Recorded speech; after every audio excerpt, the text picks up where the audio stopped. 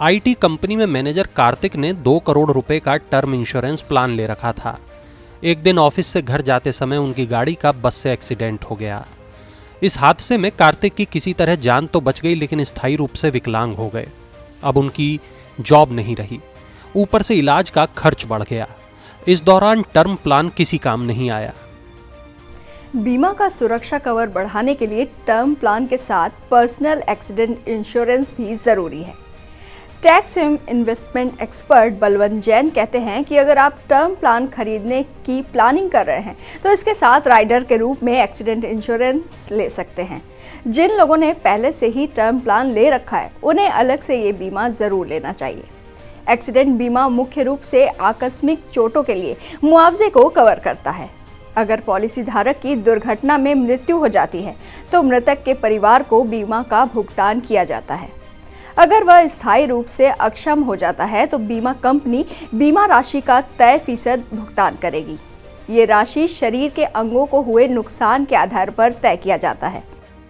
उदाहरण के तौर पर 2 अंगों के नुकसान के मामले में 100% भुगतान का प्रावधान है, जबकि एक अंग भंग होने पर 50% भुगतान किया जाता है। इसी तरह अगर पीड़ित अस्थायी रूप से विकलांग हुआ है और निश्चित अवधि के बाद ठीक हो सकता है तो कंपनी मुआवजे के रूप में बीमा राशि का तय अनुपात में भुगतान करती है। भुगतान का अनुपात स्थिति के आधार पर तय होता है। बलवंत जैन कहते हैं कि अगर आप युवा अवस्था में लोग सफर के दौरान ज्यादा जोखिम लेते हैं, ऐसे उनकी दुर्घटना की आशंका ज्यादा रहती है।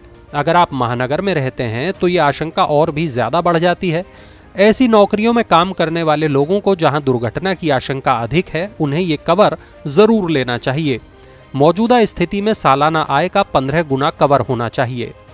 स्वास्थ्य एवं जीवन बीमा की तुलना में पर्सनल एक्सीडेंटल बीमा काफी सस्ता पड़ता है। मौजूदा स्थिति में 3,000 से 4,000 रुपए में 50 लाख रुपए का पर्सनल एक्सीडेंट कवर आसानी से मिल सकता है। दुर्घटना बीमा हालांकि किसी व्यक्तिगत रूप से लिया जाता है, लेकिन इस पॉलिसी में परिवार के अन्य सदस्य भी शामिल किए जा सकते हैं। कुछ पॉलिसियों में बीमित व्यक्ति की पत्नी या पति को बीमा राशि का 50% और बच्चों को 25% अतिरिक्त कवर शामिल किया जाता है। कुछ कंपनियां पूरे परिवार के लिए फ्लोटर स्कीम पेश कर रही हैं। इसके तहत एक ही पॉलिसी में पूरे परिवार को शामिल कर लिया जाता है। इस पॉलिसी में बच्चे और बड़ों को कवर मिल जाता है। कुछ दुर्घटना पॉलिसियां परिवार के 2 आश्रित बच्चों के शिक्षा खर्चों को पूरा करने के लिए बीमा राशि का 50% भुगतान करती हैं। इस तरह परिवार के सभी सदस्यों को एक जैसी सुविधाएं मिल जाती हैं। इस तरह तमाम सुविधाओं को देखते हुए दुर्घटना बीमा जरूर लेना चाहिए। पर्सनल एक्सीडेंट में कुछ स्थितियां ऐसी होती हैं जब बीमा कंपनियां क्लेम नहीं देती हैं। ऐसे में जब आप पर्सनल एक्सीडेंट बीमा खरीदें तो इस बात को अच्छी तरह से समझ लें कि बीमा कंपनियां क्लेम को कब कब खारिज कर देती हैं।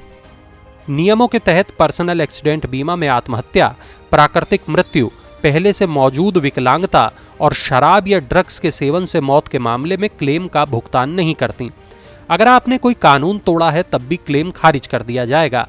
बीमा धारक को लापरवाही बरतने या किसी साहसिक खेल के दौरान चोट लगी है तो क्लेम का भुगतान नहीं किया जाएगा। अगर आप किसी जोखिम भरे कारोबार से जुड़े हैं तब क्लेम नहीं मिलता। अगर आप हेलमेट या सीट बेल्ट के बिना ड्राइविंग कर रहे हैं तो दुर्घटनाग्रस्त होने पर क्लेम नहीं मिलेगा।